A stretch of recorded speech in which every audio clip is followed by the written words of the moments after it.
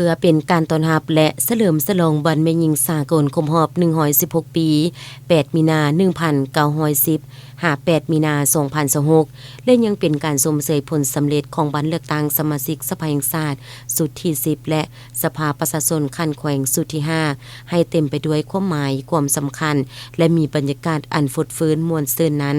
ในวันที่ 2 มีนา 2026 นี้อยู่ที่เดินกีฬาเปตังเมืองท่าพระบาทได้มีกระบวนการแข่งขันกีฬาเปตังสิ่งคันทานเลขาพักเมืองท่าพระบาทโดยการเป็นประธานแลกกล่าวเปิดงานของทานผู้วงศ์พิมพ์สอนโฮงเลขาพักเมืองหัวหน้าคณะจัดตั้งเมืองผู้สนำเวียกงานพักพนักงานสนำเวียกงานองค์การจัดตั้งมหาชนเป็นเกียรติของร่วมมีทานอุดรสอนสุรินทร์กรรมการพักแขวงเลขาคณะบริหารงานพักเมืองทานสวรรค์เพชรจันทวงศาประธานคณะกรรมการปกครองเมืองมีคณะประจำพักเมืองกรรมการพักเมืองหัวหน้าห้องการออมข้างพนักงานราชการพร้อมด้วยนักกีฬาเข้าร่วม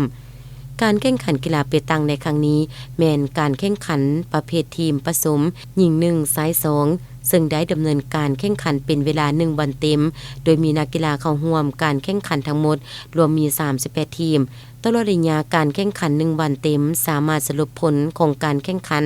ได้ดังนี้ทีมที่ชนะเลิศอันดับที่1ได้แก่ทีมปกส.เมืองได้รับเงินสด1ล้านกีบพร้อมขันโล1หน่วยทีมรองชนะเลิศได้แก่ทีมห้องการสนุเมืองได้รับเงินสด800,000กีบพร้อมขันโล1หน่วยอันดับที่3ได้แก่ทีมห้องว่าการเมืองได้รับเงินสด600,000กีบพร้อมขันโลรางวัล1หน่วยและอันดับที่4ได้แก่ทีมโรงเรียน303ได้รับเงินสด400,000กีบเป็นเกียรติมอบรางวัลโดยแม่นทานอุดรสอนสุรินทร์เลขาคณะบริหารงานพรรคเมืองท่าพระบาทและทานสวรรค์เพชรจันทวงศารองเลขาพรรคเมืองประธานคณะกรรมการปกครองเมืองท่าพระบาทตามลำดับนอกจากนี้ยังได้มีการแข่งขันเพื่อความสามัคคีมิตรภาพของทีมการนำและเมียการนำเติมอีก